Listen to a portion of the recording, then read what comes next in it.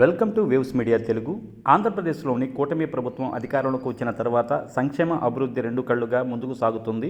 తాజాగా పెదకూరపాడు నియోజకవర్గ ఎమ్మెల్యే భాష్యం ప్రవీణ్ మీడియా సమావేశంలో ప్రభుత్వం సాధించిన విజయాలను, నియోజకవర్గ అభివృద్ధి కేటాయించిన నిధులను వెల్లడించారు. నియోజకవర్గ అభివృద్ధికి 200 కోట్లు, పెదకూరపాడు నియోజకవర్గ అభివృద్ధికి దాదాపు 200 కోట్ల రూపాయల నిధులు మంజూరయ్యాయని ఎమ్మెల్యే భాష్యం ప్రవీణ్ తెలిపారు. ఇందులో R&D, పంచాయతీరాజ్, మండల మరియు గ్రామ పంచాయతీ గ్రాంట్ల ద్వారా వివిధ అభివృద్ధి పనులు చేపట్టినట్టు పేర్కొన్నారు. ఈ నిధులకు సంబంధించిన పూర్తి వివరాలను త్వరలోనే పత్రికాముఖంగా వెల్లడిస్తామని భాష్యం ప్రవీణ్ తెలిపారు.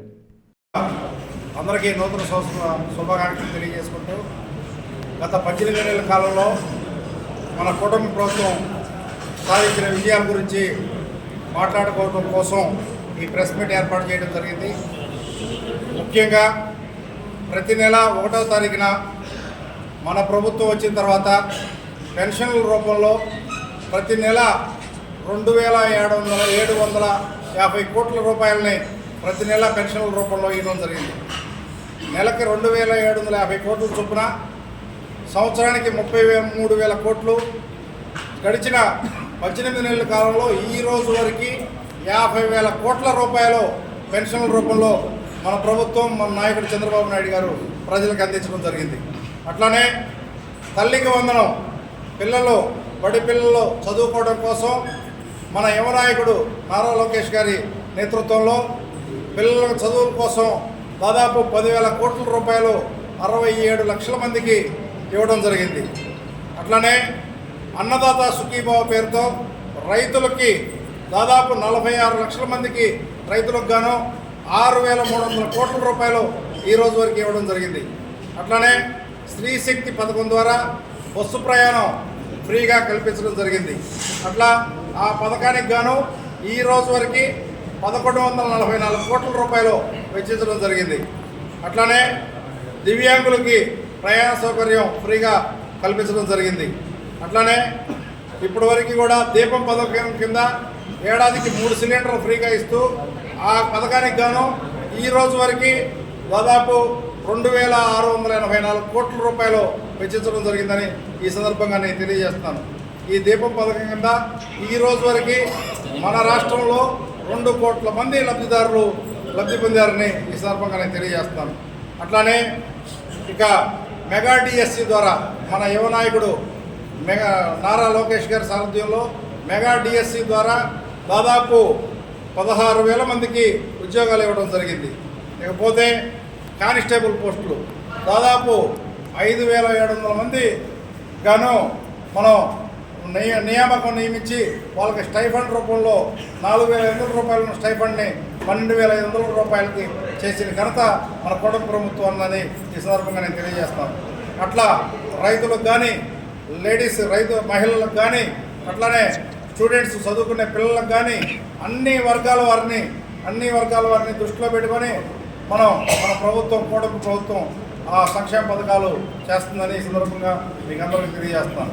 రాష్ట్రంలో మన ప్రభుత్వం వచ్చిన తర్వాత దాదాపు సంక్షేమ పథకాలకే ఈ రోజు వరకు దాదాపు 1,00,000 కోట్లు వెచ్చించారని ఈ సందర్భంగా గర్వంగా కూటమి సభ్యులైన నేను తెలియజేస్తున్నాను. ఈ సందర్భంగా నేను మనం చేస్తున్నాను. ఇకపోతే 900 కోట్ల రూపాయలు శాంక్షన్ అయిందని నేను ఈ సందర్భంగా తెలియజేస్తాను. అది డీటెయిల్డ్గా నేను పత్రికల వారికి కూడా ఇస్తాను. ఏ డిపార్ట్మెంట్ల నుంచి ఏమిస్తానని, R&B నిధులు కానీ, పంచాయతీరాజుల నిధులు కానీ, అట్లా రకరకాల డిపార్ట్మెంట్లు అన్నీ, మండల గ్రాంట్లు కానీ, గ్రామ పంచాయతీ గ్రాంట్లు కానీ ఈ రోజు వరకు 200 కోట్ల రూపాయలతోటి ఈ గ్రామాభివృద్ధి చేయడం జరిగింది.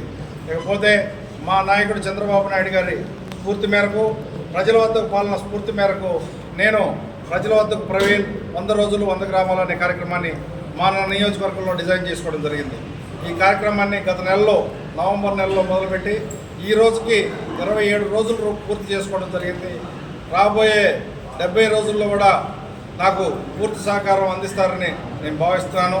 ఈ 100 రోజులు తిరిగిన తర్వాత నా నియోజకవర్గంలో అభివృద్ధి పనుల కోసం ఏమేమి కావాలనేది మా నాయకుడు చంద్రబాబు నాయుడు గారికి డిపి రూపంలో ఇచ్చి నియోజకవర్గ అభివృద్ధి కోసం రాబోయే 3 సంవత్సరాలు కూడా నేను కృషి చేస్తానని ఈ సందర్భంగా నేను మాటిస్తున్నాను.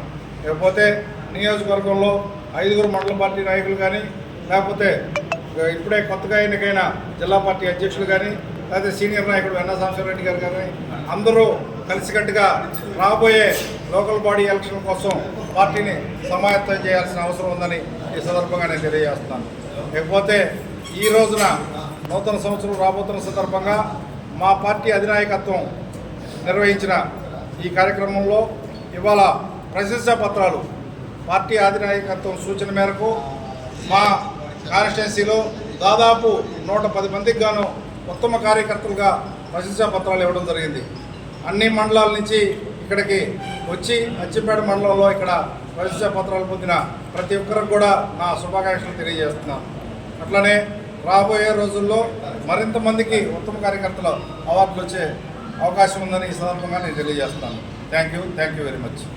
విదేశీ పర్యటనలు చేసి ఇక్కడికి కంపెనీలు తీసుకురావడంలో కానీ, వైజాగ్లో సమ్మిట్ నిర్వహించి కంపెనీలని మన వద్దకు తీసుకురావడానికి కానీ ఎంతో ప్రయత్నం చేస్తారు మన నాయకుడు చంద్రబాబు నాయుడు గారు కానీ, లోకేష్ గారు కానీ.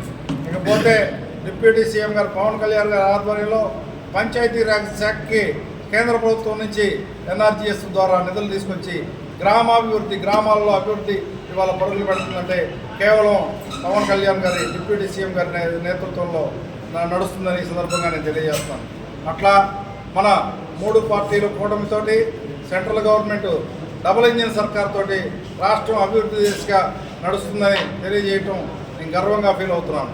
లేకపోతే మా నియోజకవర్గానికి సంబంధించి